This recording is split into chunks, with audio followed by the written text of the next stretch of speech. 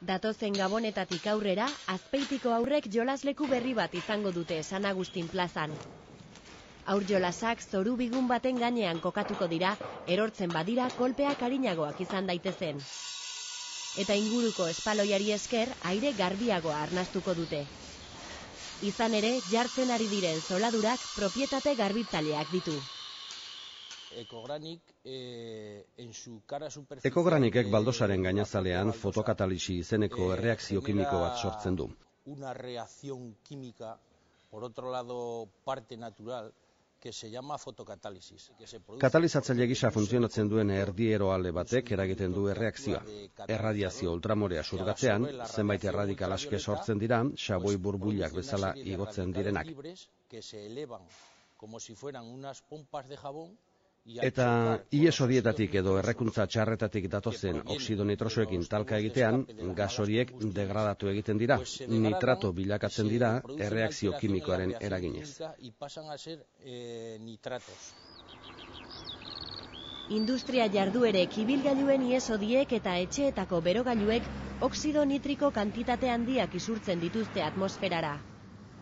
Oxido nitrikoa gas toxikoa da, eta kontzentrazio handian arnasketa arazoak sor ditzake.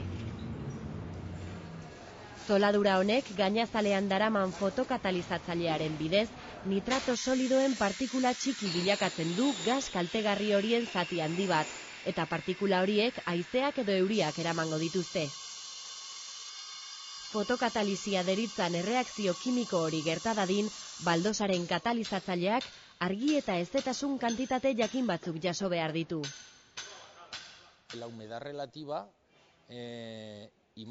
Iparraldeko toki askotan dagoen hezetasun erlatiboa, Euskadin adibidez, oso onuragarria da ekogranik instalatzeko, haren aktibitate fotokatalitikoa areagotzen duelako.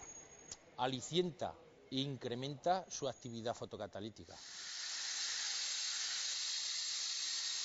Nanoteknologiaren bidez, fotokatalizatzailearen egitura molekularra eraldatu dute.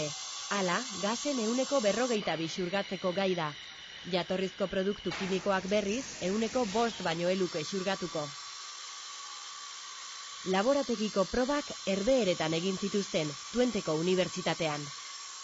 Erreaktore batean 300 edo 400 nanometro bitarteko erradiazio ultramorea aplikatuzkero, hau da, espektro ikusgaiko argia aplikatuzkero, oxido nitrikoaren degradazio efektua gertatzen da. Egin genituen probek oso emaitza onak eman zituzten, gasen 78% degradatzeraino. Joan den uztailean Sestaon egin zituzten landa probetara ere etorri ziren Twenteko unibertsitateko adituak.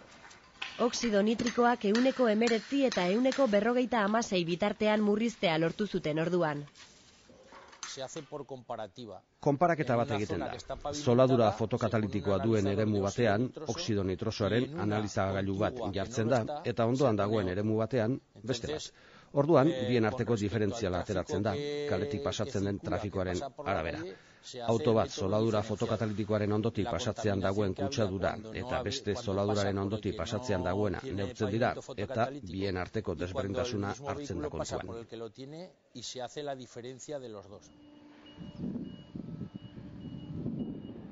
Pavimentos de Tudela enpresak Cabanilla duen fabrikan ekoizten du zoladura ekologikoa. Kutsadura murrizteaz gainera, birziklatutako materialekin egiten da ekogranik. Erabiltzen dugun fabrikazio sistemarengatik da ekologikoa, ekogranik. Hondakinak birziklatzen ditugu, ez bakarrik gureak, baita industria hondakinak ere. Produktuaren 20%raino material birziklatuaz osatuta dago. Baldosa akastunak ehotu egiten dira. Hala, agregakin fina ulortzen da, zementuarekin eta marmo lautxarekin batera baldosa berriak egiteko.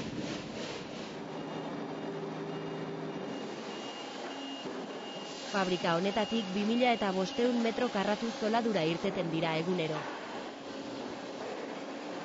Birziklatutako materialak erabiltzeari esker, harrobietako marmola aurrezten da, eta ura garraiatzeak sortuko lukeen CO2aren emisioa gutxitzen da. Gainera, zoladura ekologikoak normalaren prezio berdintsua izatea lortzen da. ez da garestiagoa. Enpresaren ideia da produktuaren prezioa arrazoizkoa izatea, gehiengoaren esku egoteko. Material honen zenbat eta metro gehiago jarri, orduan eta eraginkorragoa da. Gutxi gora bera, gama normaleko gure beste edozein produktu adina balio du.